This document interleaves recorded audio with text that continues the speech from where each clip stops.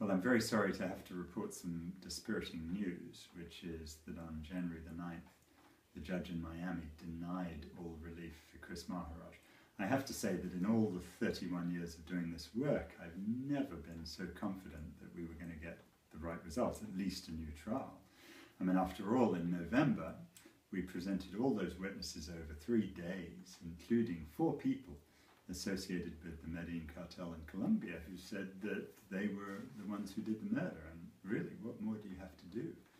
And I was certain that the judge was going to order at least a new trial, if not dismiss the charges against Kris.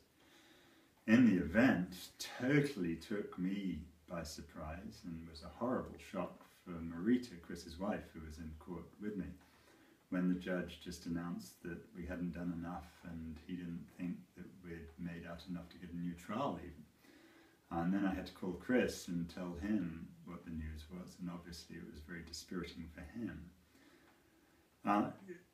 It'll go on, we'll appeal. I think that probably we'll win the appeal and get a new trial that way, but the sad truth is that'll take at least a year and maybe 2 years even. Now, Kris sent me a message the other day saying, don't let this get you down, just keep the fight up. And of course we will, and we must. I'm concerned about Kris because it's his 76th birthday on January the 26th of this year. And of course he's not in good health. But he promised me that since my mum had just had her 88th birthday, that he would live to be 90 if he has to, in order to be exonerated and get out and be back with his wife, Marita. So that's the way it's going to go. We're just going to carry on until we do get him justice.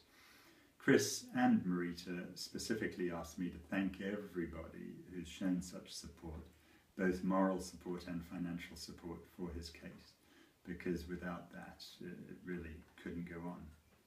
And it's been desperately expensive and difficult. And so thank you also from me for all the support you've given and all the support you will give in the future.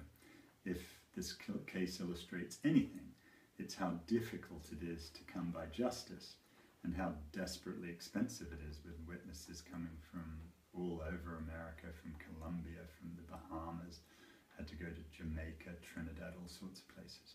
But justice will be done in the end, I sincerely hope, and we'll just carry on until that happens. Thanks very much.